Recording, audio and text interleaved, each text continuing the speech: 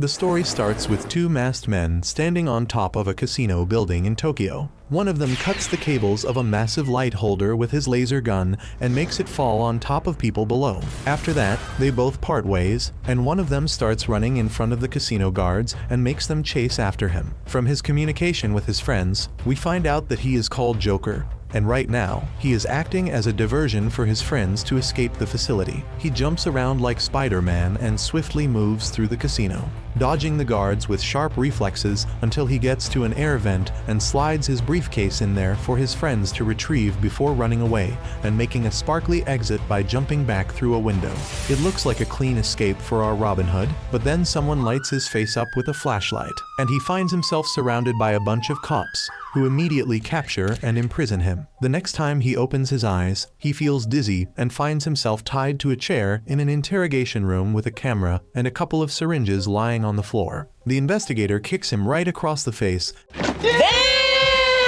and makes him kiss the floor before telling him about all his criminal charges, from intimidation and threats to assembling dangerous weapons and outright murder. He tells him to forget about getting out of this easily and says that he will make sure that he never forgets that actions have consequences. After that, the investigator asks him for his real name and threatens to hurt his friends. He holds his head up by his hair and tells him that it's not a bluff and spits at his face until the boy gives in and reveals his name to be Ren. After which the interrogator asks him to sign the confession. Meanwhile, we see a lady named Nijima telling a guard to let her inside the investigation room, as she needs to confirm something from the suspect. Just then, she gets a call from her director, who says the case is out of their hands, but Nijima insists that this is her case and she needs to see it for herself. To that, the director says that he expected this much from her and tells her that he has made the necessary arrangements and wishes her good luck. After talking to her director, Nijima walks into the interrogation room where Ren is sitting, and it looks like they know each other. She looks around the room and notices the drug needles on the floor, and tells Ren that she has no power here, so he has to speak now and tell the whole truth. Otherwise it might be too late. She asks him what exactly he was after and why he caused such a disturbance, and how it's even possible to steal someone's heart. Ren tries to answer her while holding his head, and suddenly everything around him turns dark, and he sees a glowing butterfly and hears a mysterious voice telling him that he is a prisoner trapped by fate, that the game is unfair and nearly impossible to win. But if he remembers the memories he formed and the truth he found with his friends, he still has a chance, and the voice urges him to think back 6 months ago, to the day the game began, asking him to remember for his sake and the future of the world. After that, he sees a flashback of a young woman being harassed by a mysterious man in a suit, followed by another memory where Ren is sitting on a train. As he gazes around, he notices some crime posters and two girls talking about a high school detective named Goro, admiring how he solves cases like Naoto, and calls him the second detective prince. When Ren reaches Shibuya, he pulls out his phone to find directions, but a strange app suddenly appears on his screen. Curious and slightly confused, he taps on it, and in an instant, time seems to freeze. He then notices a small blue flame in the middle of the frozen crowd, which erupts in a massive pillar of fire before transforming into a creature with huge wings. After that, everything around Ren goes back to normal. People start moving again like nothing happened. So thinking it was just his imagination, he deletes the strange app and heads to Yonjinjaya to meet someone named Sugiro. But when no one answers the door, a delivery guy nearby points him to a cafe called Leblanc. When he meets Sugiro and introduces himself, Sugiro says he expected a troublemaker, not someone like him, and then he takes Ren upstairs to a small dusty room and tells him that this will be his new place. As they settle in, Sugiro brings up Ren's case, mentioning he heard Ren was charged with assault, and though Ren tries to explain that it was just a misunderstanding, Sugiro doesn't really listen. Instead, he starts advising him to stay out of trouble and keep a low profile for the whole year. Seeing Ren's confused expression, Sugiro clarifies that he's on probation until next spring, and that he'll be responsible for watching over him during this time. After that, he tells Ren they'll be going to his new school, Shujin High School, the next day. After that, Ren lies on his bed and starts reading a book when suddenly his phone buzzes. He looks and sees the strange red app back on his screen, which he had deleted. Suddenly, he feels sleepy and slowly drifts off. only to wake up suddenly in a prison cell wearing an inmate uniform. As Ren walks toward the cell entrance, he sees a bald man who introduces himself as Igor and tells him they're in a place called the Velvet Room, which is somewhere between dream and reality, mind and matter, and that he is its master. Further, he explains that the room is shaped by Ren's own mind, though he didn't expect it to feel like a prison, and then says they'll meet again soon and tells Ren to return to his world. After waking, Ren wonders if it was all a dream, and then he goes with Sugiro to Shujin Academy and meets with the headmaster and his homeroom teacher Kawakami, who gives him his student ID and tells him to visit the staff room first thing tomorrow and that she will show him to his classroom. After that, they sit in the car to head back and hear about a subway train accident on the radio. Ren asks why Sakura took him in, and Sakura replies that he was asked and just agreed for the money. Back in the investigation room, Nijima shows Ren pictures of the subway accident and tells him that one of the victims was a parent from his high school. After that, she explains that since Ren enrolled, strange calling cards from the Phantom Thieves started appearing around the academy, targeting their alumni and the Olympic medalist gym teacher, Kamoshida. And then she asks Ren what happened at Shujin Academy. On Ren's first day at Shujin Academy, he meets a girl named Takamaki waiting on the sidewalk when Kamoshida pulls up and offers her a ride. Once they leave, a student named Sakamoto shows up and starts badmouthing Kamoshida, and asks if Ren is the new transfer at Shujin Academy. While talking to him, the mysterious app on his phone starts up and starts recording their conversation, and picks up on words like Kamoshida's name and castle. After that, they both walk towards their school, but for some reason, the school's gate looks like a castle's entrance. As they walk inside, they see a knight-like armored statue that knocks Sakamoto to the ground. While Ren tries to help him up, they both get captured by the knights, and just then, Kamoshida appears wearing a pink robe and crown with glowing yellow eyes, claiming this castle belongs to him. When Sakamoto mocks his outfit, Kamoshida gets angry and orders his execution. He then enters the prison cell with his guards and throws Ren aside, and injures Sakamoto, who keeps telling Ren to run. But Ren stays frozen, just as Kamoshida raises a sword to finish Sakamoto. A glowing butterfly appears before Ren, and a mysterious voice asks him if he believes his actions that day were wrong. Ren replies that his actions weren't wrong, and hearing this, the voice tells him their pact is now complete. Just as Kamoshida is about to finish off Sakamoto, a sudden gust of wind blows, and Ren starts screaming in pain. Seeing this, Kamoshida tells his guards to restrain him. Ren rips the mask from his face, and it's like watching Beyonce switch into Sasha Fierce,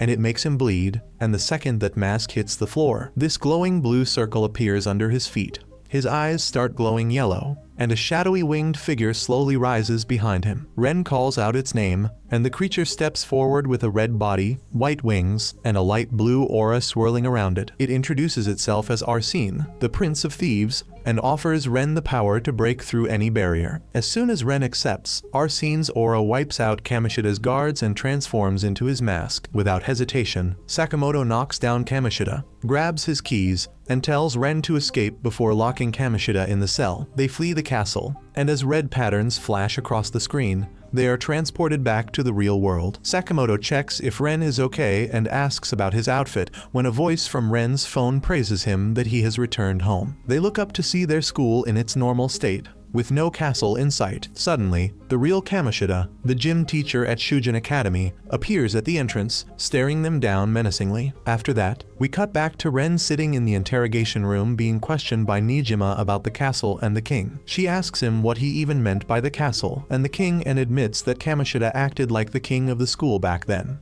due to his influence as an Olympic medalist and how he gave in to his desires and did awful things. But at that time, there was no known link between Ren and Kamoshida. After that, she asks him why the Phantom Thieves targeted him and what really happened at Shujin Academy. The scene then shifts to Ren arriving at Shujin Academy, passing Kamoshida, who taunts him for being late and mentions seeing him with Takamaki at the station. He mocks Ren for being on probation and chasing girls, and then sarcastically welcomes him to the school. In class, Kawakami introduces Ren as the new transfer student and seats him behind Takamaki. At lunch, Ren rushes to grab a piece of classic fried bread in the cafeteria, but Sakamoto grabs it at the same time. They split the bread and head to the school roof, chatting as they eat. Then, Sakamoto asks if Ren remembers the castle, noting that Kamoshida has no memory of it. He wonders if it was a shared dream and explains that Kamoshida is rumored to be a terrible person despite his Olympic background and polished public image, and he believes the castle version of Kamoshida reflects his true nature. Later, at Café Leblanc, Ren thinks about Kamoshida, the castle, and are seen before drifting into sleep and returning to the Velvet Room. Igor praises him for awakening to such power and declares that Ren's rehabilitation can now begin. When Ren tries to ask about it,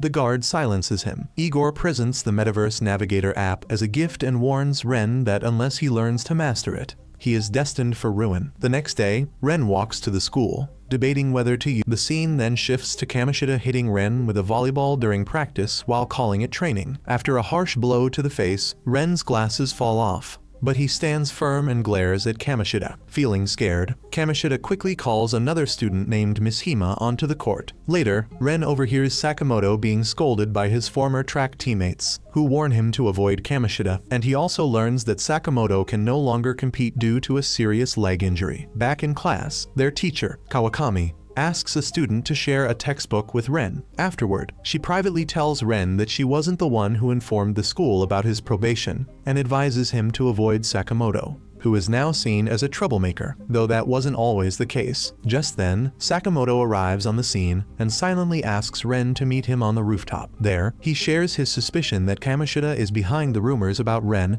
and believes the castle holds the key to stopping Kamoshida and convinces Ren to return to it. Ren shows Sakamoto the Metaverse Navigator and uses it to re-enter Kamoshida's castle. Inside, Ren regains his outfit, and as they explore, the scene cuts to Takamaki encouraging her friend Shiho to try for the volleyball team. Kamoshida appears and calls out to Takamaki, but she excuses herself and flees from the spot quickly. Seeing this, Kamoshida feels enraged and decides to take his anger out on Shiho. Back in the metaverse, Ren and Sakamoto see a person tied upside down, being bombarded by high-speed volleyballs. Suddenly, they hear a voice of a talking cat locked in a cell, who introduces herself as Morgana and tells them the person isn't real. She promises to explain everything about the palace if they free her, and Ren agrees. After releasing her, he touches her to confirm she's real. Just as Morgana begins to explain, guards appear and Ren tries to summon his persona but fails and decides to run. But unfortunately the guards catch them and throw them in front of Kamoshida, who's standing on a balcony. Morgana explains that this is not the real Kamoshida but his shadow, which is a persona of the real person's hidden desires.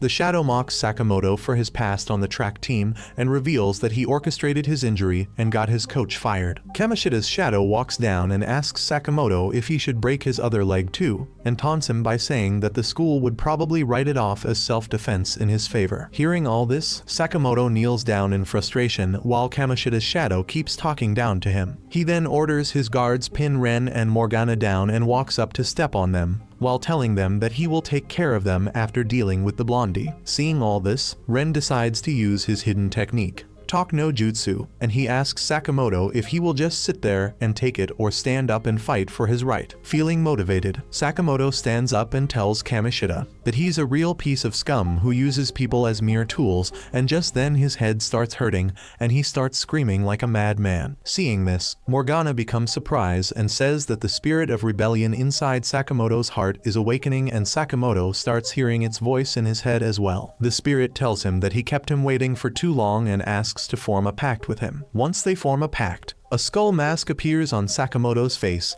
and he rips it off to transform into his persona form, revealing his pirate-like persona named Captain Kidd. Seeing this, Kamoshida transforms his guards into various monsters and orders them to attack him. But Kamoshida uses his persona to take down the demon horse with a lightning strike. Ren decides to join the battle as well and summons Arsene to take down the fairy monster with its dark alpha male aura. Just then, the third monster shoots a bunch of fireballs at them, but Morgana takes care of it by summoning her own persona, Zoro, who cuts the monster down with a wind/attack. After that, Kamoshida then retreats to the balcony, and suddenly, Takamaki's shadow walks up from behind and stands beside him in a bikini and tells him to beat them up. Morgana and Sakamoto admire her beauty, but Kamoshida commands more guards to attack. Ren suggests a retreat, to which Morgana agrees, and they flee to a hidden room with an exit hole above a cupboard. Morgana tells them to leave without her, saying she has something to finish. Ren bids her farewell, and he and Sakamoto escape,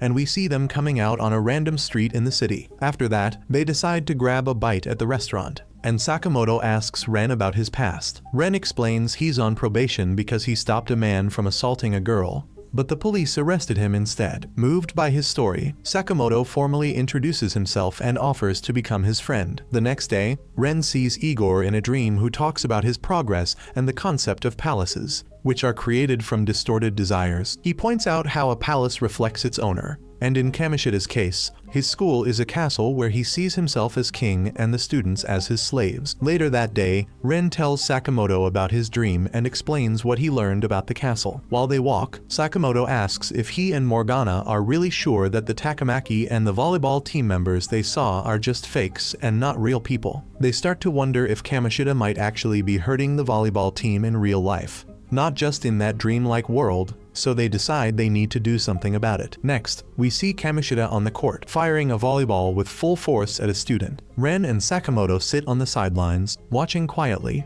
when they notice Takamaki sitting alone, looking upset. Sakamoto glances at her and wonders aloud if the rumors about Kamoshida and Takamaki being together might actually be true. Later, during lunch, Ren and Sakamoto track down a student from the volleyball team to ask if Kamoshida is abusing him. The student nervously brushes it off and says they're just training hard for nationals, so getting a few bruises is normal. This response frustrates Sakamoto, and he slams his fist into a nearby locker. After a moment, he calms down and suggests they try asking the girls instead, since the boys clearly aren't talking. The scene then shifts to Takamaki tossing a juice can in the trash while chatting with Shiho. Shiho mentions rumors about Ren, but Takamaki quickly denies them. Shiho worries he might be affected, and Takamaki teases her for always worrying about others. Seeing Shiho's worried face, Takamaki asks about her practice and suggests a break if it's too much, but Shiho insists she can't stop now. Takamaki promises to cheer for her and apologizes for interfering. At the same time, Ren and Sakamoto arrive, and he asks Shiho if Kamoshida hits her.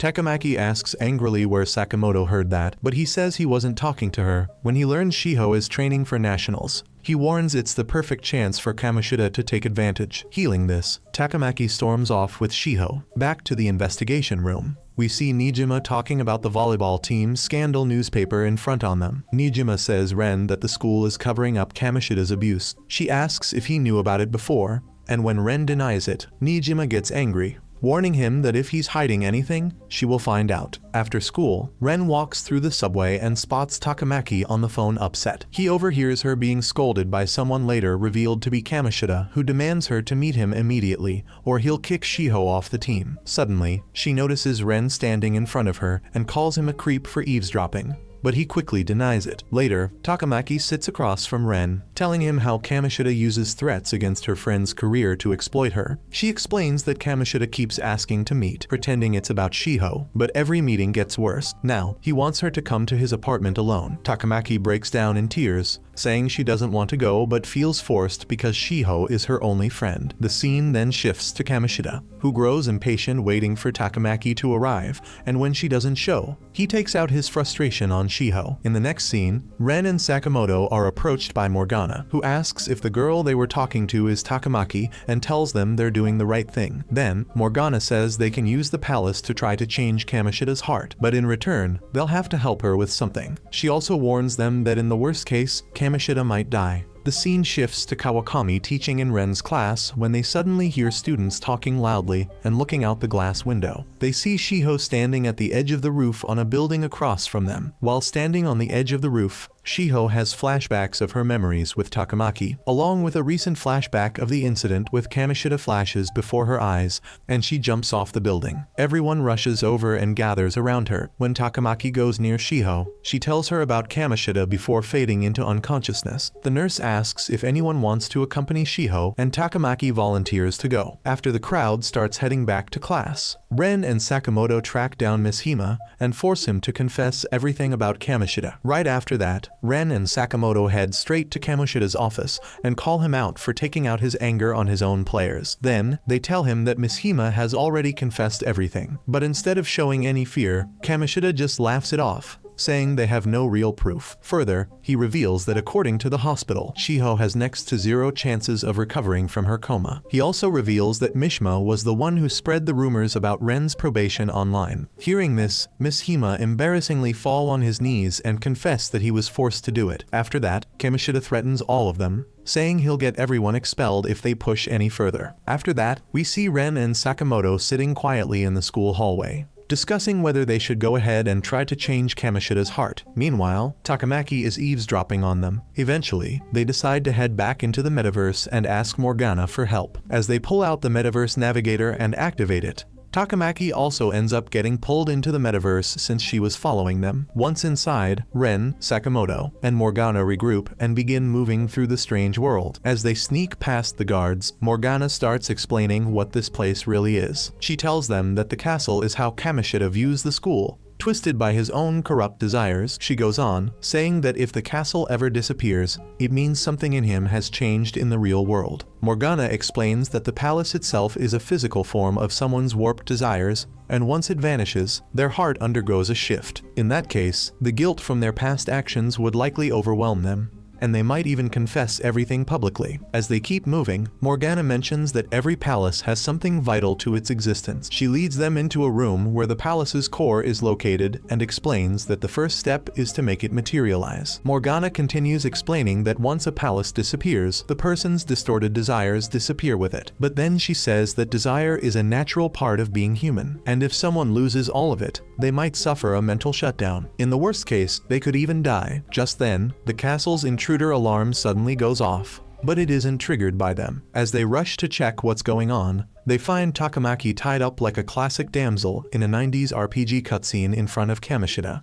At the same time, a fake version of her is also clinging to him. After that, Kamoshida turns to the shadow version of Takamaki and asks what he should do with the real one, and then declares that she deserves a death sentence as he draws his sword and begins tearing at her clothes. Sakamoto yells out and stops him just in time. After that, Kamoshida blames Takamaki for Shiho's suicide attempt, saying it's all her fault. Before anyone can make a move, he holds his sword to Takamaki and shouts that if they take even one step forward, he'll kill her right there. Takamaki was about to give up, but Ren steps forward and motivates her, asking if she's really going to let Kamoshida win, or if she's going to fight back for Shiho's sake. Hearing his words, she hears a mysterious voice and feels immense pain on her face. The handcuffs around her wrists and ankles disappear, and that pain turns into a red mask. She grabs the mask, rips it off, and in a flash of blue lightning, her persona Carmen awakens. Her outfit transforms into a striking red dress, and without hesitation she jumps toward her twisted fake self,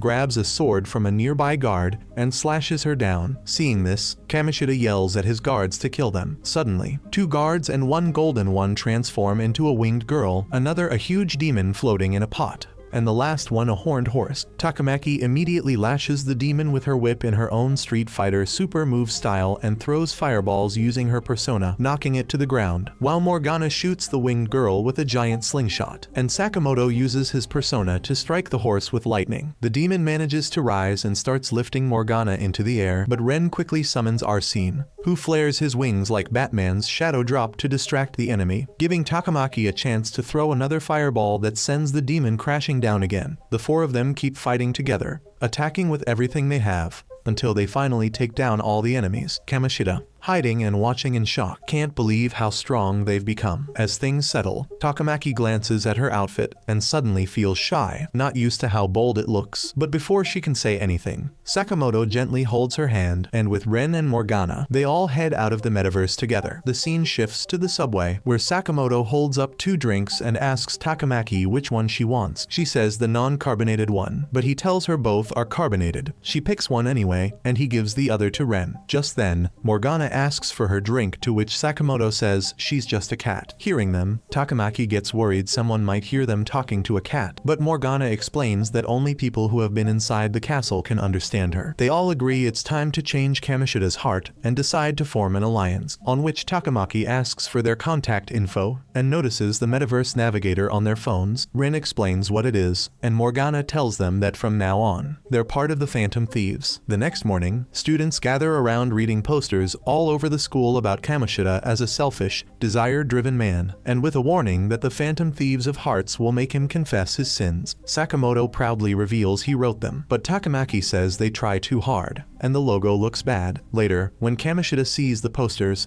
he grabs a nearby student by the collar and accuses him of putting them up, then quickly turns to blame another. He spots Ren, Sakamoto, and Takamaki standing together and immediately assumes they're responsible. Sakamoto tries to deny it, but Kamoshida cuts him off. He angrily threatens to get them all expelled. In that moment, the shadow version of Kamoshida suddenly appears before them and challenges them to steal his treasure. Later, Morgana explains that it's the calling card that allows them to steal it. Hearing this, Takamaki asks if stealing the treasure will change Kamoshida's heart, and Morgana agrees but warns that the calling card's effect won't last much longer. Hearing this, Sakamoto wants to rush to the castle, but Morgana stops him, saying Kamoshida is likely ready, so they need to prepare. After that, Morgana tells the others to regroup at midnight at the school gate. After that, Morgana leads them to a gun shop called Untouchable and picks out a gun priced at 19,800 yen. She tells Sakamoto to go and deal with a shopkeeper. Nervously, Sakamoto peeks over a statue to watch the intimidating shopkeeper, but to his surprise, the shopkeeper gets scared when he notices Sakamoto watching him. After that, they buy that gun. When Ren gets home, he meets Sakura's doctor,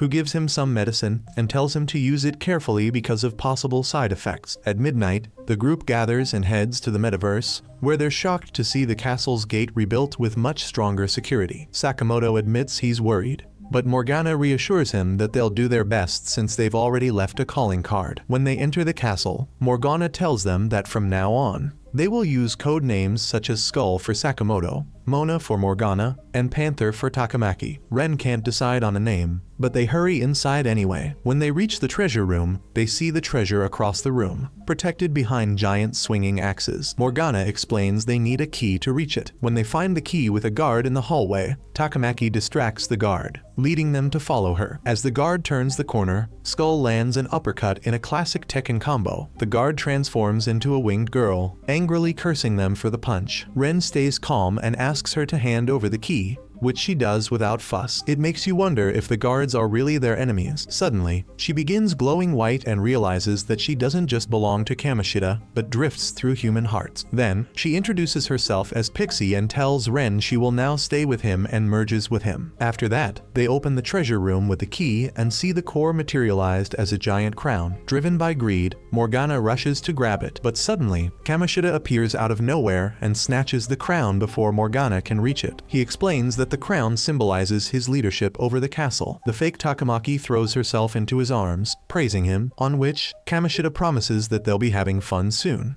which disgusts the real Takamaki. As he calls everyone idiots, he shrinks the crown to normal size and it starts glowing red. Suddenly, Kamoshida transforms into a giant demon with a tongue longer than a reptile's. He holds a giant glass of wine with the fake Takamaki inside, who's fangirling over him. After that, he throws massive volleyballs at Sakamoto, knocking him to the ground. Seeing this, Ren throws smoke bombs on the ground, and all four hide behind a pillar. Morgana reminds them that their goal is the crown he's wearing. As Kamoshida blindly fires volleyballs into the smoke, they agree on a plan that Ren, Panther, and Mona will keep him distracted, while Skull hides and waits for the perfect moment to snatch the crown. Agreeing to it, the three step out to attack Kamoshida by summoning their personas. Seeing this, Kamoshida suddenly eats a headless body from the giant trophy in front of him and fully restores his energy. He then lashes out with his long tongue, knocking everyone backward. Morgana quickly realizes the trophy is the source of his strength and tells the others they need to destroy it. She shoots it with her slingshot, but it has no effect. Seeing this, Kamoshida shouts that it's his national championship trophy and means everything to him. Then Morgana urges Ren to use his gun instead,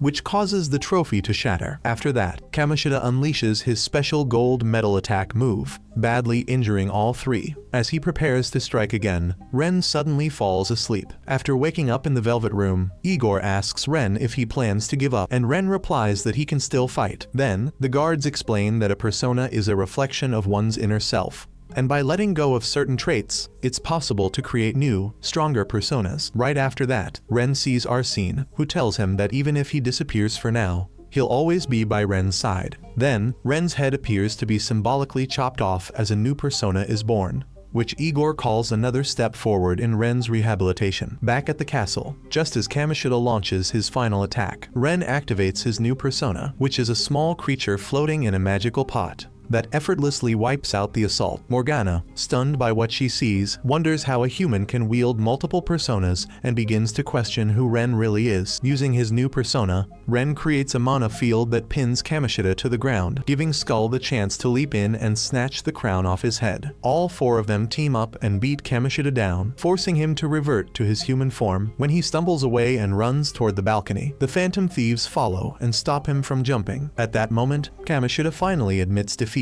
and accepts his guilt, triggering a change of heart. His shadow version glows pink and vanishes, leaving only a handful of rose petals behind. The thieves grab the crown and escape just as the castle begins to collapse. Returning safely to the real world, a few days pass with no sign of Kamoshida, after which Ren and Sakamoto wonder if he's even alive. Suddenly, Kamoshida appears at school and publicly confesses to his verbal, physical, and sexual abuse of female students. He says he plans to take his own life to pay for his sins, but students stop him. Just then, Takamaki steps forward, telling him he can't run from his guilt and must face his consequences. Moved by her words, Kamoshida agrees and asks for the police to be called, as he is ready to confess everything. Later, Ren lies on his bed with Morgana, texting in their group chat when Takamaki tells them Shiho has woken from her coma and confirmed Kamoshida's full confession. Morgana praises Ren's skill and gives him the codename Joker. After that, we see Miss Hima figuring out about their group. The next morning, we see the teenage detective Akechi Goro giving an interview when two girls recognize him and surprise him by saying they've heard about him. They chat nervously,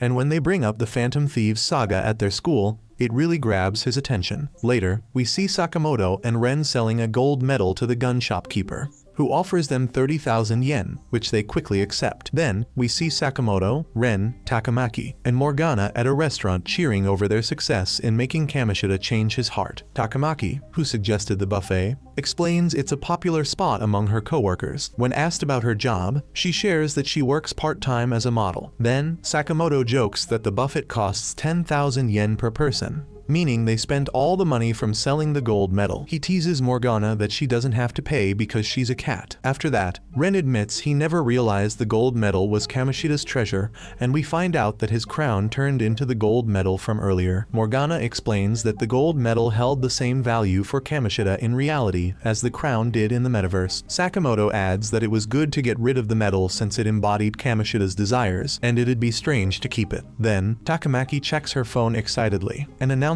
that Shiho will start rehabilitation next week. Realizing they've already used half their time at the buffet, they all rush to grab as much food as possible. The scene then shifts to Sakamoto standing near the men's bathroom, surprised to find it closed for cleaning. After that, Morgana teases him for eating too much and says he shouldn't have overdone it. Then, Ren suggests they head out since Takamaki was waiting for them. As they wait by the elevator, a mysterious man surrounded by guards pushes past them like they're invisible. Sakamoto tries to confront him, but gets nowhere. Meanwhile, Takamaki is about to enjoy her last dessert when a middle-aged woman bumps into her, causing the dessert to spill on her dress. The woman blames Takamaki for the accident, but Takamaki yells back that it was the woman who bumped into her. Seeing this, other guests assume Takamaki as a rich, spoiled brat, and that she was actually at fault. Later, when the group reunites, they share their experiences and realize that Kamoshida isn't the only one consumed by desire. The mysterious man who shoved Sakamoto then appears on a news channel, loudly complaining about the city's politics and government. The scene then shifts to Nijima sitting beside her director as they watch the news, which shows a cabinet minister resigning from his position. The director glances at her and comments on how she's been spending a lot of time investigating Ren lately, asking if the recent incidents are really bothering her that much. Nijima quietly says yes. Hearing this, the director tells her that she's free to pursue the case however she wants, and if anything goes wrong, he'll take full responsibility. At the subway, we see Ren and the group discussing continuing as Phantom Thieves. Ren says they can continue their mission as long as they all stick together, to which everyone agrees. Later, during lunch, Takamaki suggests Ren as their leader, and the rest support it. Afterward, they visit a store where Ren is checked by Sakura's doctor. Later that night, Ren lies on his bed, texting in their group chat as they try to decide on a name. Since no one can settle on one, they ask Ren to choose, and he names the group the Phantoms, which sounds like a club from Cardcaptor Sakura. The next day in class, Kawakami hears a cat meowing and brushes it off as her imagination. After class ends, she instructs whoever drew the Phantom Thieves logo on the backboard to erase it. Once the room clears, Miss Hima approaches Ren and asks if he's checked out his site. He explains that many people out there, not just Kamoshida, have twisted hearts, and he created this site to support the Phantom Thieves mission. After this, Miss Hima admits he once ruined Ren's reputation by posting about his probation, but started the site to make up for it. His words hint that he knows Ren is part of the Phantom Thieves. Later, Kawakami is seen in the headmaster's office, where he pressures her to find out who's behind the calling cards. While walking through the hallway, she spots Ren, Sakamoto, and Takamaki in the distance using the Phantom Thieves website. Then we see them talking after the subway station when suddenly the group comes across a message from a girl saying she's being stalked by her ex-boyfriend, Nakanohara. They decide to help her and Morgana tells them to use the keyword Mementos in the Metaverse Navigator app. Sakamoto activates it, and the group travels into the metaverse like sliding into an iSky livestream. Inside, Morgana leads them to a strange, vast area. Seeing that, Ren asks if this is Natsuhiko's palace, but Morgana explains that only people with powerful distorted desires, like Kamoshida, have castles. This place is different. It's called Mementos, a massive realm where the distorted desires of ordinary people gather. Morgana then surprises the group by transforming into a bus, a strange ability even she doesn't fully understand. As they drive through Mementos, she dodges shadows and eventually leaps into a red portal with the team aboard. On the other side, Morgana returns to her normal form, and they come face to face with Natsuhiko's shadow. He bitterly complains that the Phantom Thieves came after someone like him when worse people, like Madarame, are still out there. He transforms into an ape-like creature, but the group defeats him with ease, leading to his change of heart. After the fight, Morgana leads the group to a mysterious wall deep in Mementos. As they approach, she transforms into her bus form with the group inside and explains that defeating Kamoshida has boosted their reputation in the metaverse, allowing them to travel further than ever before. When asked how big Mementos is, Morgana admits she doesn't know, as she has no memories of her past. She reveals that she's been wandering the metaverse trying to solve that mystery, which led her to Kamoshida's castle, where she was captured. Morgana explains that Mementos is a shared palace, a place born from the collective unconscious of all people, essentially the origin of every individual palace in the metaverse, and she believes that by solving its mysteries, she might return to her original, human form. Taking a leadership tone, Morgana lays out new ground rules. From now on, the Phantom Thieves will only go after major wrongdoers, and all decisions must be made as a team, to which everyone agrees, sealing their next step as a united group. Ren visits the clinic where the doctor clears his vitals and hands him another test medicine, questioning his constant bruises. The same evening, Sakura teaches Ren to cook after dinner with Morgana. They're interrupted by Nijima and her assistant, followed shortly by Akechi, who casually chats with Ren. After that, we see Sakamoto with Ren and Takamaki as they confront a man who's been following them. He keeps staring at Takamaki and begins praising her beauty, introducing himself as Kitagawa Yusu. He explains that he's an art student at Kosai High and lives with his mentor,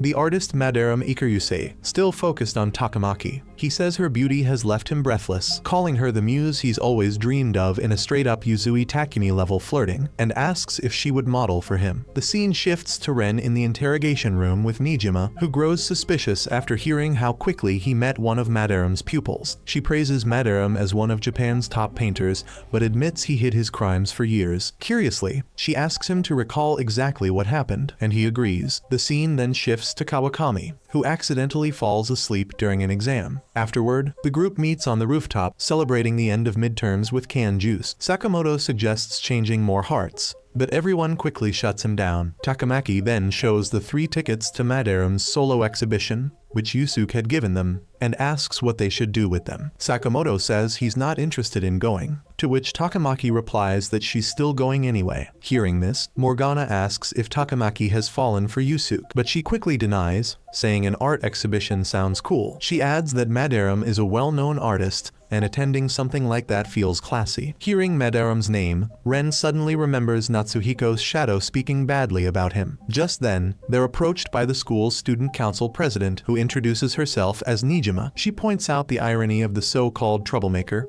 the girl surrounded by rumors, and the transfer student with a history all having issues with Kamoshida. She questions why they're on the roof, reminding them it's off limits after the incident with Shiho. They say they were just about to head down, and she firmly tells them to leave the rooftop immediately. On their way downstairs, Morgana quietly comments that she seems pretty sharp. Later, Yusuke is seen admiring Madarame's art at the exhibition, while the squad arrives, surprised by the huge crowd. They spot Madarame giving an interview, and Takamaki quickly becomes a fan like a Swiftie at a surprise Taylor Swift cameo. Yusuke approaches her with a smile, but it fades when he sees Ren and Sakamoto with her. He offers to show her around and talk about the painting he has in mind. Takamaki agrees but soon runs off to a painting she remembers from TV, which makes Yusuke jealous, and he bitterly calls it trash. Outside, Ren and Sakamoto wait, and Sakamoto mentions that the shack is trending on the fan site, which jogs Ren's memory. They read that a famous artist is plagiarizing his students' work and mistreating them, keeping them in a place called the Shack. Takamaki denies it, saying Madarame seems like a good person, like a believer defending Justin Bieber's latest hit, but Sakamoto admits he thought the same until Ren convinced him otherwise. Morgana warns that gaining attention also means more danger. Sakamoto suggests they confirm the claims and asks if Takamaki's in, to which she agrees. They decide she'll ask Yusuke for Madarame's address under the excuse of discussing the modeling, and after he gives it, the group heads there the next morning. Upon ringing the bell, Yusuke opens the door and sees Ren and Sakamoto with Takamaki, and his face drops like Loki watching Thor stroll in with Jane instead of him. Without hesitation, Sakamoto asks if Madarame is really plagiarizing his students' work and abusing them. Yusuke laughs at first but quickly grows angry, telling Sakamoto those rumors are false. He insists that as Madarame's only pupil living there, he's well cared for, and that if Madarame hated kids, he wouldn't let them stay. Yusuke explains that Madarame took him in when he had nowhere else to go and warns Sakamoto never to insult his master again. Just then, Madarame appears and calmly asks what's causing all the commotion. Yusuke explains everything, and Madarame admits he's heard the rumors too. He speaks kindly and welcomes them into the house like Oprah inviting you on stage. Yusuke then asks if Madarame really seems like someone who would plagiarize work and abuse his pupils. After that, he leads them inside and flips through a book full of pictures, showing one that sparks a creative fire inside him. He tells Takamaki that he has a similar image in his mind for her and gently asks if she'll be his model. Then, he quickly leaves to help Madarame with something. Meanwhile, Morgana jumps out of Ren's backpack to explore the house. After leaving, they talk about their experience, and Takamaki says Madarame really seems like a good guy. They all agree and quietly let go of the idea of going after him for now. As they head home, their conversation turns back to the shack, when suddenly the metaverse navigator picks up a signal. Morgana explains that Madarame's desires must be twisted enough for him to have his own palace. After that, they decide to try names for the navigator to detect. When Ren says art museum, it teleports them in front of a strange building covered in art, which is Madarame's palace. Morgana explains it's probably how Madarame sees the shack. Then, we see them running and jumping from platform to platform harder than any 3D Mario level, reaching the top where they break in through a window. Inside, they walk down a hallway lined with portraits of several people, including Natsuhiko. Wondering what they mean, suddenly, an evil voice of Madarame's shadow speaks. He talks to his guards about how he fooled everyone with his charm and social standing. The guards praise him, while Madarame's shadow admits there's nothing wrong with plagiarism and abuse, claiming he takes their work in exchange for his care. After that, he says everyone else ran away, but Yusuke remains, and he plans to exploit him until death. Skull hears this and tries to attack, but Joker stops him. The team rushes out of the castle, discussing Madarame's curse. When Panther suggests that Yusuke probably knows the truth and they should help him, she asks Joker for his opinion, and he advises asking Yusuke directly. The scene then shifts to Takamaki sitting across Yusuke, who is making a portrait of her. When she tries to ask a question, Yusuke tells her to stop moving. After some silence, she tries to question him again, but Yusuke stays focused on his art, ignoring everything else. Suddenly, he says Takamaki should pose nude because it's hard to paint her with so many clothes, but she refuses. Sakamoto then accuses Yusuke of lying about his teacher's innocence. Before Yusuke can reply, Takamaki asks why he called a painting rubbish at the exhibition,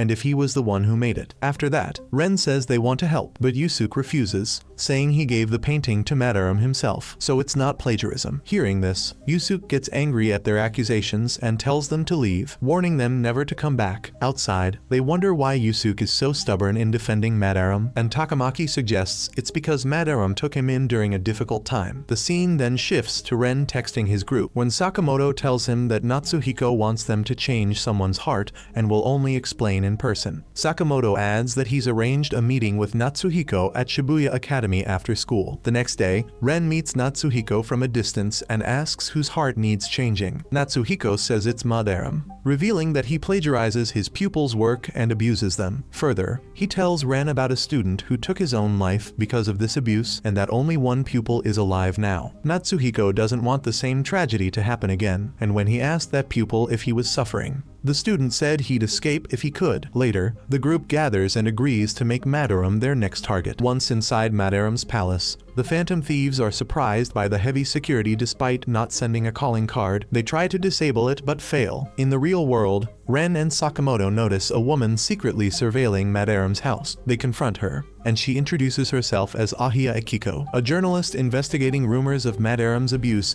and a possible art theft by a former student. When she asks if they know anything, they deny involvement. She gives them her card and tells them to reach out if they learn more. Back at Yusuke's studio, Takamaki meets him again, who thanks her for agreeing to model for his nude painting. While setting up, Yusuke mentions Madarame might return, but Takamaki says she doesn't mind. As he studies her, he asks if she's gained weight. She denies it, and they continue. As Takamaki distracts Yusuke, Ren and Sakamoto wait outside Madarame's house with the Metaverse app ready. The scene shifts back to the school, where the Phantom Gang is discussing a strange door with a sturdy lock that appears both in the palace and in the real world. Ren suggests that if they manage to open the door in the real world, it might also unlock in the Metaverse, but Morgana points out that simply opening the door isn't enough. They need to change Madarame's cognition by opening it right in front of him, so he believes it's always been open. Morgana feels confident about picking the lock, but the real challenge is making sure Madarame sees it happen. So, they come up with a plan and sneak into his house and create the perfect distraction. To do that, they convince Takamaki to model for Yusuke, letting the others slip in without raising suspicion. Back in the present, Takamaki gets ready for the nude painting, but asks Yusuke to turn around first. As he looks away, she starts undressing, and at the same time, Morgana quietly sneaks off toward the locked door. Just as Yusuke turns around,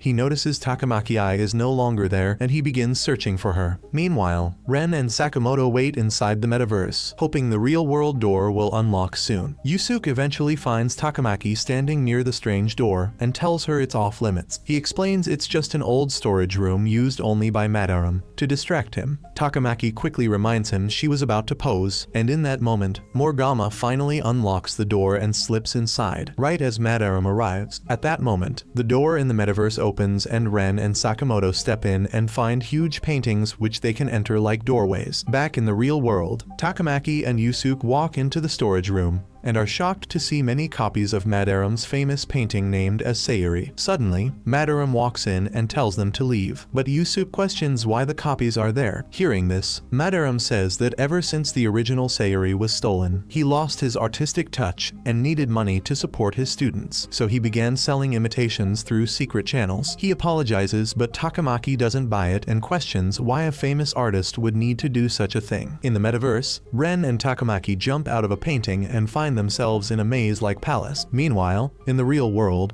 Yusuke finds the real Sayuri hidden in a room. On seeing the painting, he confronts Madarame, who gets angry and warns him about involving the police. Suddenly, Morgana grabs Takamaki and runs while Yusuke chases them. And as Takamaki pulls out her phone, all three leap into the Metaverse. In the Metaverse, Yusuke meets Ren and Sakamoto, confused about where he is. Ren explains it's a world inside Madarame's mind. Suddenly, Madarame appears in a flashy yellow robe. Seeing this, Yusuke asks about his outfit, and Madarame says it's what celebrities wear. When asked about the real Sayuri, Madarame admits it was never stolen, and he hid it to sell copies and make money. Upon hearing this, Yusuke gets hurt and asks why he abandoned real art. Just then, guards appear from a hole and keep attacking despite the group's efforts. While they search for a way to close it, Madarame captures Yusuke and reveals he only raised him for his talent. Filled with rage, Yusuke says he'll never forgive Madarame, then awakens his persona after making a pact like Harry Potter conjuring his Patronus against a Dementor. Just then, he gains new powers and freezes the guards. As he confronts Madarame, he suddenly drops to one knee while Madarame floats up like in a Final Fantasy Roman 7. And warns Yusuke that he'll regret this. Yusuke feels helpless, but Ren and Sakamoto help him up and explain that to truly stop him, they must steal his treasure and change his heart. Back in the real world, they sit in a restaurant as Yusuke shares his story. He says he never went against Madarame because he took him in when he was just 3 after his mother died. Though he knew Madarame's actions were wrong, he felt too grateful to speak up and join the Phantom Thieves. They welcome him by giving him a code name Fox. In the metaverse, with Yusuke's help, the team finds the correct path through a painting and decides it's time to send the calling card. Suddenly, Ren is summoned to the Velvet Room where Igor informs him that he has awakened to the spirit of rebellion and must continue his rehabilitation. Confused by these cryptic words, Ren begins to question their meaning, but before he can say much, the guards silence him and the vision fades. After that, we see Madarame talking to the people when he is interrupted by one of his men. The guard shows him a calling card from the Phantom Thieves, threatening him that they will change his heart and expose his sins to the world. The guard tells Madarame that these posters have been hung all over the art gallery. Hearing this, Madarame angrily orders the guard to take down all the posters. The whole calling card situation disturbed Madarame's peace of mind. Morgana suggests that the treasure must have materialized by now and reminds them that the calling card's effect only lasts for around a day. They all look at Ren for a sign, who tells everyone to head back to the multiverse. After that, we see Ren in the investigation room being questioned by Nijima about how he stole the treasure. Then, we see the Phantom Thieves revising their plan to steal the treasure like Ocean's 11 mapping out a casino heist. Soon, Skull knocks loudly on the door of the control room, and posing as a guard, he yells that he has found an intruder and that he needs backup. Hearing this, all the guards come rushing out and start chasing Skull. With the control room empty, Panther rushes in and turns off the lights in the palace. Taking advantage of the moment, Joker uses a mechanism to lower down Mona, who is tied to a hook, and steals the treasure. As the lights come back on, one of the guards notices the missing painting behind Madarame and informs him. We see the Phantoms running outside the castle being happy that they were able to steal the treasure so effortlessly. The scene then shifts back to Ren in the investigation room, where Nijima asks him if stealing the treasure gave Madarame a change of heart, to which he denies. Back in the multiverse, Mona takes the cloth off the treasure just to see a poorly drawn painting off a confused face, while Joker senses something coming towards them. As soon as he turns around, they all get hit by Madarame's attack that makes them fall to the ground like Conan, the barbarian axe swing. Madarame tells them that the painting was just a trap and shows him the real treasure was the original Sayuri portrait, like Loki revealing his scepter was all a decoy. After that, Madarame explains that the portrait was made by a talented female student of his. Hearing this, Fox realizes that Madarame was talking about his mother. After that, he admires the beauty of the original piece and asks Madarame why he painted over the baby, to which Madarame replies that the painting would lose its mystery if people knew the woman was a mother. He brags that he paints over every artwork that threatens to outshine him, even Sayuri. Then he reveals that when Yusuke's mother suffered a seizure in front of him, he didn't call for help and let her die just to take her masterpiece. Hearing this, everyone becomes speechless. After this, Fox thanks Madarame for giving him every reason not to hold back and insults him. Hearing his insult, Madarame transforms into 4 separate paintings with 2 paintings as eyes, one is nose, and the last one is his mouth. Panther attacks Madarame with 4 fireballs, which seem to hurt him at first, but the surrounding paintings suddenly glow, and the damage is completely wiped away. Joker charges in with his sword, slicing Madarame's mouth. But again, the same glowing effect reverses the injury like a Mortal Kombat fatality undoing itself. Madarame retaliates by shooting jet sprays of paint from his mouth, which strike Panther and begin to drain her energy. As Joker, Mona, and Fox rush forward, they notice the same strange paint Madarame is using stored in a vase nearby. Fox quickly tells the team to distract Madarame while he waits for the perfect moment to strike. The others unleash a flurry of attacks, giving Madarame no time to recover. Seizing the opportunity, Fox lunges forward and paints over Madarame himself. disrupting his power. Madarame then transforms into his normal, shadow self and is met with Fox in front of him, who summons his persona and attacks him again. Madarame, weakened by the attack, crawls towards Sayuri and tightly holds it in his arms. Madarame begs Fox not to kill him, to which Fox replies that he would spare his life, but he has to expose his sins to the world. Fox then snatches the painting from his hands, and they all travel back to the real world. Once there, Madarame publicly confesses his sins on a large billboard, while the news reports on the Phantom Thieves calling cards, which catch Akechi's attention. The group celebrates having changed Madarame's heart and returned the painting to Yusuke, who tells Takamaki he plans to stay at her house, but she immediately objects. Morgana suggests that Yusuke live with Ren since his storage room has space, and Takamaki proposes they throw a party there. Then they head to Ren's home. At the cafe, Sakura readily agrees to host the party, where Yusuke treats everyone to delicious food, and the night ends with Yusuke, Ren, and Sakamoto sharing their stories. While talking, Sakamoto reveals his tough upbringing by a single mother, and how he once aimed for a track scholarship before standing up to Kamoshida, who ruined his career like Rocky Balboa, reflecting on underdog struggles. Then, Takamaki comforts Morgana, who admits she has no memories of her past, saying her life was likely just as difficult as theirs, and together, they vow to change every evil person's heart once and for all. The next morning, Yusuke thanks Sakura for his stay and announces he'll move into the student dorm to better connect with others. As he leaves the cafe with his belongings, Sakura admires the Sayuri painting proudly displayed in the cafe. After that, we see a news report confirming that the Phantom Thieves are real. The scene shifts to the metaverse, where Joker acquires a new persona. After that, Morgana leads the team to a sealed wall that opens due to their rising fame after defeating Madarame. They find a strange treasure, which is a dirty sock left behind by a minor shadow, which leaves them confused about its worth. After that, we see Takamaki and the others relax at a public hot tub, while Morgana stays behind to watch the laundry. After the bath, Sakamoto brings up their next target, but Yusuke and Morgana quickly shut him down. Morgana reminds them they failed their midterms, and continuing now would raise suspicion since the Phantom Thieves appeared around the same time. The next scene shifts to Ren, who visits the school library to borrow a book, surprising the students who wonder if the new guy is serious about studying. On his way to class, he gets a message from Sakamoto asking if Morgana is with him. When Ren says no, Sakamoto tells him to meet after class and not to tell Morgana or Takamaki. On meeting him, Sakamoto introduces a maid service claiming they'll do anything. Ren hesitates, but Sakamoto convinces him. Nijima overhears and joins, pretending it's for investigation. They call it the maid-looking party. Ren later visits Me, who tells him to make peace with himself before his next trial. That night, the three boys meet at an empty apartment once used by Sakamoto's friend and call the service. When the maid arrives, Sakamoto and Nijima panic and hide on the balcony. Ren avoids eye contact but hears a familiar voice and sees the maid's reflection. The maid gets suspicious and realizes he's a student. As she tries to leave, Sakamoto accidentally yells Nijima's name. She recognizes it, and Ren confirms that she's Kawakami. She asks if Miss Chauno told them, but Ren denies. The next day, Ren sees Chauno scolding Kawakami. He steps in,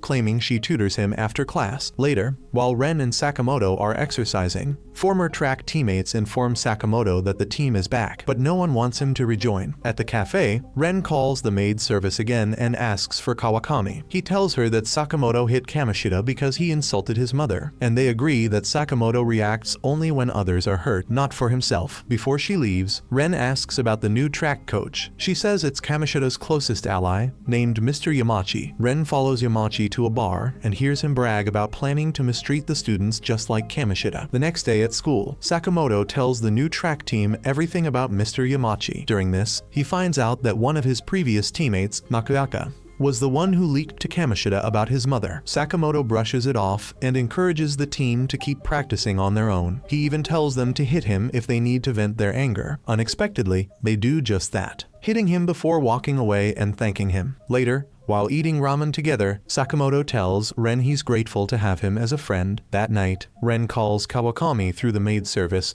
and casually makes her do his laundry like Tony Stark ordering Jarvis to grab his dry cleaning. The next day, Ren and Nijima are walking together, chatting about their field research topics. Ren admits he hasn't picked one yet, while Nijima says he's planning to head over to the TV station. As they split up at the station, what they don't realize is that a girl has been quietly watching Ren from a distance. She follows him onto the train, keeping her distance, but suddenly stops when she notices an old woman collapse nearby. Instead of continuing, she rushes over to help. The girl is Nijima. At the TV station, Kawakami and the students are exploring when Takamaki is approached by a scout who offers her a chance to be on TV. Outside, while eating lunch, Sakamoto complains that they should have visited the cup ramen factory instead. During the live broadcast, Akechi Goro appears as the guest and spots Ren in the audience. He subtly smiles but avoids fully denying the Phantom Thieves' existence. He says exposing Madarame was good, but manipulating hearts is still dangerous. When a mic is suddenly pointed at Ren, he confidently says the Phantom Thieves are justice. Akechi challenges him, saying what if someone close to him changes, to which Ren says yes. Akechi then brings up the subway incident from spring and questions how the thieves operate. After the show, the group regathers to talk about Akechi's words. Takamaki admits he might have a point, like Hermione conceding to Harry after a long debate. To relax, they decide to hit Dome Town for pancakes. Akechi suddenly shows up and thanks Ren for the coffee he made before. He recognizes them from Shujin and asks to join for pancakes, but they turn him down. Meanwhile, at the principal's office, Nijima questions why there's such a push to find the Phantom Thieves when their existence isn't even confirmed. Later, while the group is discussing that they shouldn't fear the police, Nijima interrupts and offers to help. Takamaki lashes out, asking where Nijima's help was when Shiho tried to end her life. The school bell rings, and Nijima warns them not to skip class again. After class, she asks Ren to stay behind and plays a voice recording of the group talking about being Phantom Thieves. Ren brings her to the group,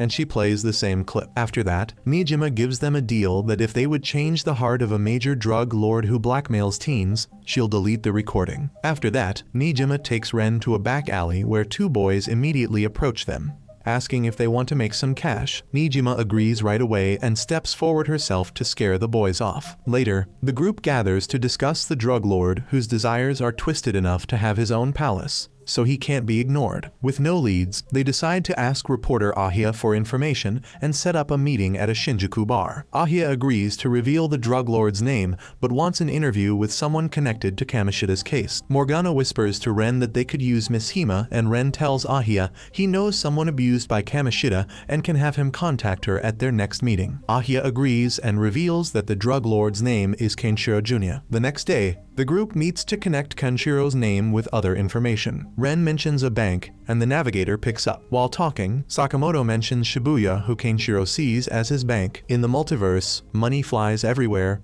and on top of the tallest building, the Phantoms spot a bank. After that, we see Akechi walking up to Makoto, who is the student council president at Shujin Academy, asking if she has any information about the Phantom Thieves, but Makoto calmly shuts him down, saying they're here for exams. After that, Akechi taunts her that she doesn't seem the type who stays silent as they walk off toward the exam hall. Later, she sits alone at her study table with her eyes distant as memories of her childhood start to surface. She remembers her father, who was a kind and fearless investigating officer and who always stood up for those who couldn't protect themselves. But then, her expression hardens as she recalls the day he died and was killed in a staged accident by a criminal group that targeted runaway girls, just to silence his investigation, leaving her and her sister behind. Just as Makoto snaps out of her thoughts, the door opens and her elder sister named Nijima walks in. Later, the two sit at the dining table eating quietly as the topic shifts to the Phantom Thieves. Her sister mentions the police have caught them,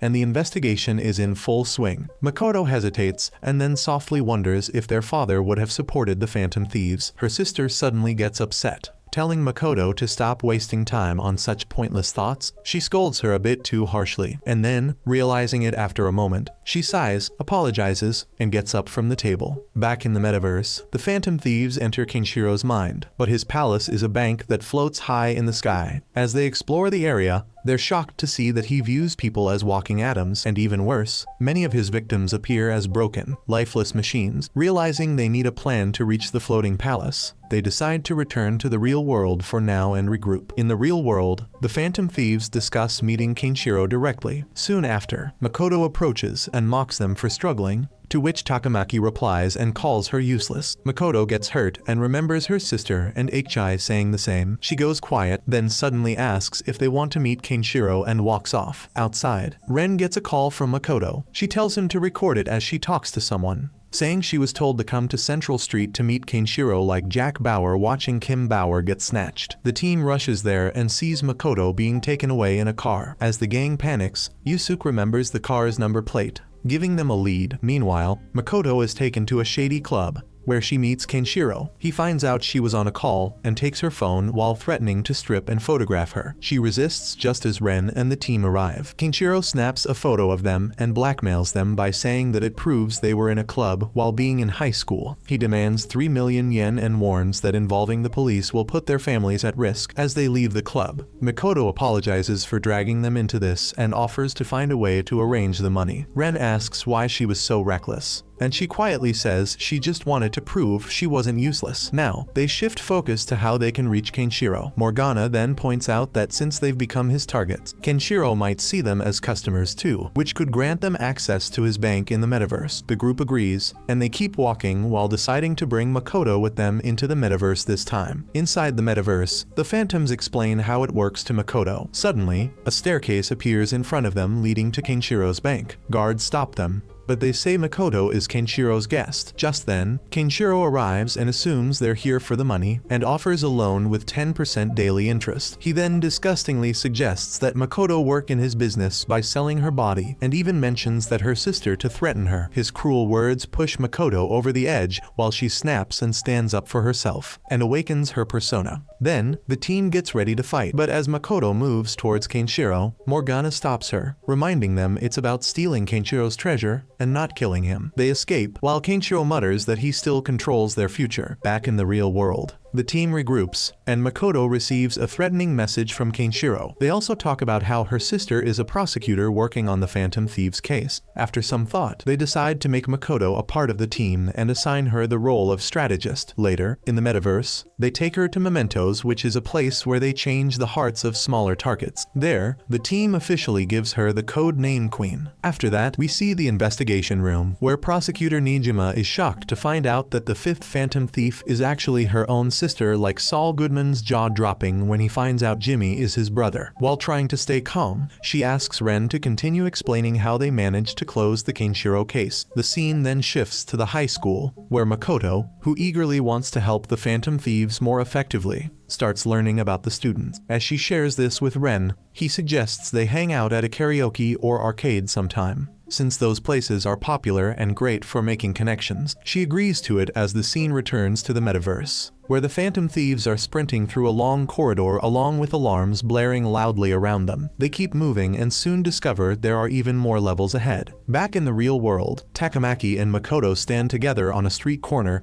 when Takamaki suddenly becomes emotional and starts apologizing to Makoto for misunderstanding her during the Kamoshida incident. But Makoto gently smiles and tells her it's all okay as they continue walking side by side. Soon after, the whole group gathers again for a cozy movie night while sharing laughs and snacks. Then, the scene shifts to the metaverse, where the phantoms are trying to unlock a coded door. They work together, and just as Makoto says the final number, the lock clicks open. As they step inside, they hear Kaneshiro's inner voice echoing through the space, obsessing over the need to become even richer. Back in the real world, Ren and Makoto hang out at an arcade, laughing and focused as they play a video game together. On the way back, Makoto mentions she got another message from Kaneshiro, reminding her there are only 3 days left. They grow serious for a moment, but then start talking about where they should go next. Back in the metaverse, Morgana shouts with excitement, thinking they found the treasure, but it hasn't materialized yet. The team realizes they need to make it materialize, so they decide to send a public calling card and make sure Kaneshiro notices it. As soon as Kaneshiro sees the card in the real world, the treasure's location in the metaverse transforms into a huge, mysterious safe. Suddenly, Kaneshiro appears and welcomes them to his city bank. He talks about his tough past, saying it's now his time to collect rewards. While speaking, he rubs his hands together and suddenly transforms into a filthy fly with wings and glowing red eyes. The team prepares to fight, but no matter how hard they attack, nothing seems to hurt him. Then Kaneshiro laughs and reveals his guardian ANGL, which is a giant pig-shaped mobile weapon called the Pigatron. Loaded with cameras and guns, it immediately starts firing at the team, forcing them to run for cover, along with feeling overwhelmed and helpless. Just when things look look bad. They come up with a plan that some of them will distract Kaneshiro by destroying his money, while the others focus on taking down Pigatron. The plan works perfectly, and the machine breaks down. This is how they finally grab hold of Kaneshiro. Meanwhile, everything is being secretly watched on a screen by an unknown figure. As Kaneshiro lies helpless on the floor, he finally breaks down and admits he did all of this just to be noticed, as he was broke, stupid, and ugly. But the team stays firm, telling him that none of that excuses his actions, because everyone has their own struggles and pain. Kaneshiro then calls them naive for choosing righteousness instead of using their powers for personal gain. Before leaving, he also warns them about a mysterious person in a black mask who sneaks into palaces just like them and twists reality for his own goals. On hearing this, the team looks shocked. Suddenly, the palace starts collapsing around them, so they quickly escape, turning Morgana into a vehicle and rushing out. After that, they land back in the real world and regroup, opening the suitcase they brought from the metaverse, but only to find it's full of fake money. The scene shifts back to the prison, where prosecutor Nijima speaks with her director,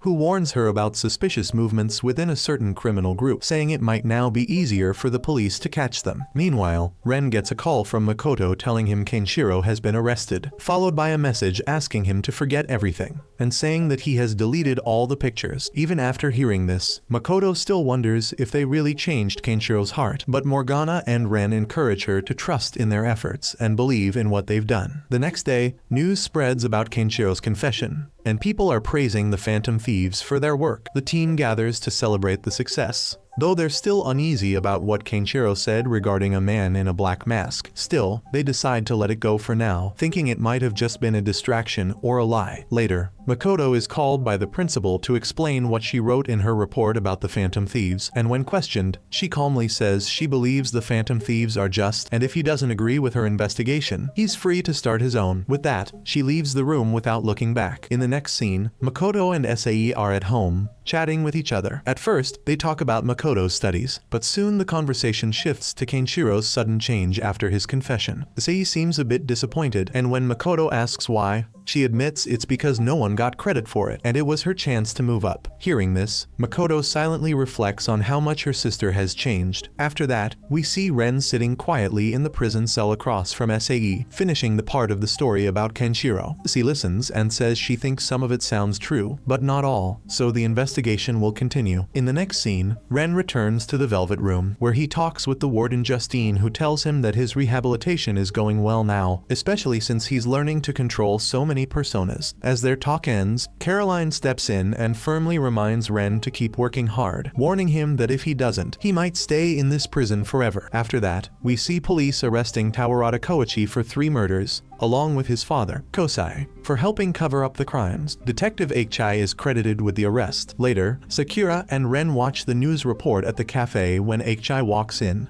revealing the broadcast wasn't live. He orders coffee and challenges Ren to a chess game. During the match, Sakura asks how he solved the case, but Akechi says it's confidential. When Ren asks about the Phantom Thieves case, Akechi confirms it's also top secret. After winning the game, Akechi hints that he's close to unmasking the Phantom Thieves. After that, Nijima excitedly tells Ren about his website's growing success. Later, Ren meets the team, and they discuss the rising popularity of the Phantom Thieves. Makoto mentions the investigation is speeding up, though not through her sister. They then split up, with Yusuke leaving alongside Ren. In the next scene, Sae and her director are seen watching the news, and he tells her the police want their help with the Phantom Thieves case, officially handing it over to her. Meanwhile, at the cafe, Yusuke tells Ren that all his recent paintings are awful, and if he doesn't create something good soon, he'll be kicked out of his dorm. He believes he needs to peek into people's hearts to make real art, so they head to Mementos, where Yusuke paints while staring at the portal. A shadow appears, but they defeat it quickly. Later, Yusuke displays his finished painting in an art gallery, but no one notices it until Kawaneba Kiyo, director of the Japanese Foundation for Artistic Aid, stops and calls it mediocre, insulting Yusuke. That night, Yusuke tells Ren he agrees with the criticism. Suddenly, Akiyo shows up and apologizes for his earlier behavior, and takes them to a restaurant. While sitting there, he recognizes Yusuke as Madarame's student and offers him full financial support, tools, and the perfect environment to grow. But Yusuke refuses, feeling the offer insults his values. Akio tells him to call if he ever changes his mind. On the way home, Ren runs into Akechi, who invites him to a baseball club. There, Akechi warns that Akio exploits young talents through fake scholarships and tells Ren to be careful with Yusuke. He asks Ren to arrange a meeting with Akio to leak the information, and Ren agrees. Yusuke tells Ren that Akio messaged him, announcing a public art exhibition and challenging him to join if he's really confident. Yusuke then starts using Ren as a model for his new painting without asking first. The scene shifts to Akechi secretly spying on Akio, followed by a quick montage of Yusuke working on different paintings. Later, the gang meets at the cafe where Takamaki says it's normal for Yusuke to want money and fame, while Sakamoto encourages him to think about others when he draws. Inspired by his words, Yusuke and Ren return to the multiverse, where Yusuke says that just like Sayuri was made for others, he will also start painting for others. The next day, they run into Akio on the street, who acknowledges Yusuke's participation and tries to embarrass him. But after he leaves, Yusuke tells Ren he'll put all his emotions into his next masterpiece. Then we see Akechi arresting Akio's right-hand man, who was behind all the shady dealings. Meanwhile, at the art gallery, Yusuke's painting wins the top award. Akio praises him and admits he only insulted him earlier to push him to do better. He shares his story and asks if Yusuke would like to hear more about his findings, but Yusuke politely declines, saying he won't let his desires change who he is.